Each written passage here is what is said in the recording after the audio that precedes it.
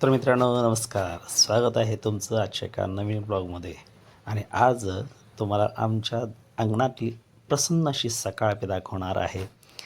तर बघा किती छान पद्धतीनं आमच्या अंगणातला हा सोनचाफा फुललेला आहे.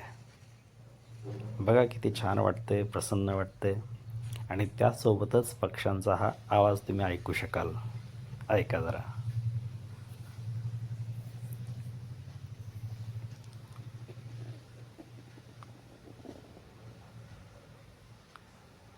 आणि मग अशा पद्धतीनं हा मोगरा छान पद्धतीनं फुललेला, बहरलेला आणि अंगणामध्ये एक अतिशय सुंदर असं वातावरण निर्माण करणारा हा सोनचाफा मनाला प्रसन्न करत असतो.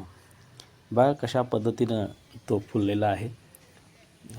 काल एक 10-15 फुलं काढलेली होती. आज आणि एक 7-8-10 फुलं आलेली आहेत. रोज अशी असतात. मनाला प्रसन्न करणारा हा. त्यानंतर हे आहे गुलाब. आणि हा गुलाब आमचा देशी गुलाब आहे बरं का, कलमी नाही. त्यामुळं अशीच त्याला फुलं लागतात. कायम 2-4 फुलं असतातच. आणि हे अंगणातलं वातावरण बघून मन प्रसन्न होतं. त्यानंतर हा आहे मोगरा. अगदी कोपऱ्यात आणि असा बहरलेला छान मोगरा. किती सुंदर आणि प्रसन्न वाटते. मनाला आनंद देणारा हा मोगरा, वातावरण सुंदर करून टाकणारा, मोहित करून टाकणारा. बघा तुम्ही बघू शकाल. त्यानंतर हे आहे रातराणी, माझे सर्वात आवडतं झाड. आणि अतिशय सुंदर असं हे रातराणी. आणि याला रातराणी का म्हणतात तर हे रात्रीचं खूप बहरतं आणि सुवास त्याचा रात्रीचा जास्त येतो. आणि अगदी सुंदर सुवास आणि दूर दूरपर्यंत जाणारा हा सुवास असतो याचा. ह्याला भरपूर कळ्या लागतात. अगदी इतक्या कळ्या लागतात की पानापेक्षा फुलं जास्त दिसतात आपल्याला. अगदी छोटी छोटी फुलं असतात, गुच्छ असतात, पण सुगंध पण अतिशय सुंदर असे देतात. त्यानंतर हे जमिनीवर लावलेलं आहे. कोणतं आहे मला नक्की माहीत नाही. मी एकाच्या बागेमध्ये गेल्यानंतर तिथनं त्याच्या कांड्या आणून लावल्या होत्या आणि ते आता पसरत गेले. नक्की मला माहीत नाही याचं नाव, परंतु खूप छान आहे. आणि असं ते एकदा लावलं की असं पसरत जाते आणि अशी छोटी छोटी लाल छोटी छोटी फुलं येतात. तुम्ही बघू शकाल ती फुलं आता. दिसायला खूपच सुंदर दिसतात. लांबून पूर्ण हिरवगार आणि त्यात छोटी छोटी लाल फुलं. त्यानंतर हे एक आहे. आता खरं सांगू का, मला काय सगळ्या रोपांची नावं माहीत नाहीत. जे सुंदर दिसेल, जिथं मिळेल तिथनं ते आणून लावलेलं आहे. त्यामुळं हे पण आहेच. त्यानंतर इथे एक आहे झाड, हे पण फुलांचंच आहे. अशी अनेक फुलांची झाडं आपण लावलेली आहेत. आणि अशी नेहमी दारामध्ये एक 2-4 प्रकारची फुलं तर आपल्याला नेहमी उपलब्ध होतात असं आहे.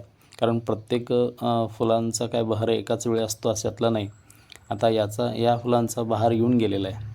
आता कळ्या थोड्याफार दिसतील तुम्हाला इथं, परंतु एक 2-3 प्रकारची तर नेहमीच फुलं आपल्याला दररोज मिळतात असं आहे. त्यानंतर हे बघा, सर्वात सुंदर पारिजात.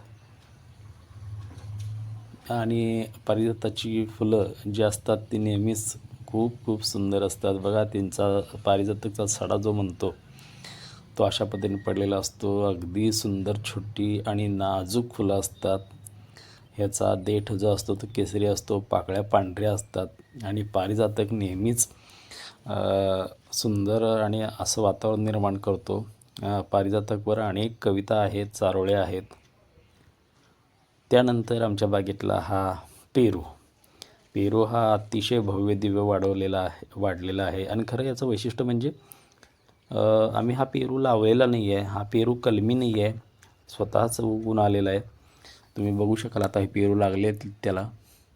आणि स्वतःच उगून आलेला आहे. एका कोपऱ्यामध्ये आहे म्हणून तसाच आम्ही ठेवला. परंतु तो इतका भयानक वाढला की आम्हाला प्रत्येक वेळी ते कट करावं लागतं.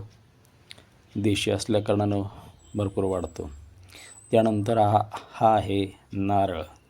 बघा त्याची उंची कमी आहे नारळाची, परंतु त्याला नारळ लागतात. आणि या नारळाचं वैशिष्ट्य असं की मित्रांनो, हे नारळ दिसायला जरी छोटे असले तरी त्या नारळाच्या वजना इतकं जवळपास त्यात पाणी निघते, एवढं भरपूर त्यात पाणी असते. मला वाटतं ते शहाळासाठी स्पेशल ज्या व्हरायटी आहेत त्यामधला तो आहे. त्यानंतर हा आहे चिकू. बघा, चिकू पण अगदी घनदाट आहे, भरपूर आहे आणि त्याला असं आम्ही इथे एक छानसा झोपा लावला आहे. संध्याकाळी छानसं त्याच्यावरती पडायला भारी वाटतं, छान झाडं बघत. आणि बघा, त्याचा बहार आता संपलेला आहे. आता काय प्रत्येक फळांचा बहार एकदाच येतो असं नाही, काही बहार असतात जातात. त्यानंतर हा आहे लिंबू. लिंबू पण कायम असतो, एक दोन लिंबू कायम आपल्याला मिळून जातात अशा पद्धतीचं. आणि त्यानंतर हा पण एक नारळच आहे. याच्यावर मात्र एक वेगळीच ती वनस्पती छानपैकी वेल तो चढलेला आहे. तो वेल परजीवी आहे, त्याला कोणाचा आधार लागतोच. बघा, त्याचे नारळ पण अगदी असे भरपूर लटकलेले आहेत. आम्ही त्याचं ते वेल काढला नाही आणि आम्ही नारळ पण विशेष म्हणजे काढत नाही. ते जेवढे पडतील ते वर्ण तसेच आम्ही ते गोळा करून ठेवतो. एक दोन वापरायला येतात. ते थोडंसं मशीन पण आहे, ते काढायचं साले वगैरे, ते छान सोलून निघतात त्यातून नारळ. हा आहे आंबा. आता हा आंबा पण आम्ही लावलेला नाही आहे. हा देशी आंबा आहे, कलमी नाही, त्यामुळे तो भरमसाठ वाढलेला आहे. आंबे थोडेसे कमी असतात परंतु अतिशय चवदार आणि गोड आहेत त्याचे आंबे. हा आहे रामफळ. रामफळ पण छान आहे, मोठा आहे, अर्थात देशी आहे, तो पण भरपूर वाढलेला आहे. तर मित्रांनो, आमच्या अंगणातील हे सगळी झाडं तुम्हाला कशी वाटली सांगा. त्यांच्यातली काही जी फुलांची झाडं आहेत त्यांची नावं पण सांगा मला कमेंटमध्ये. धन्यवाद.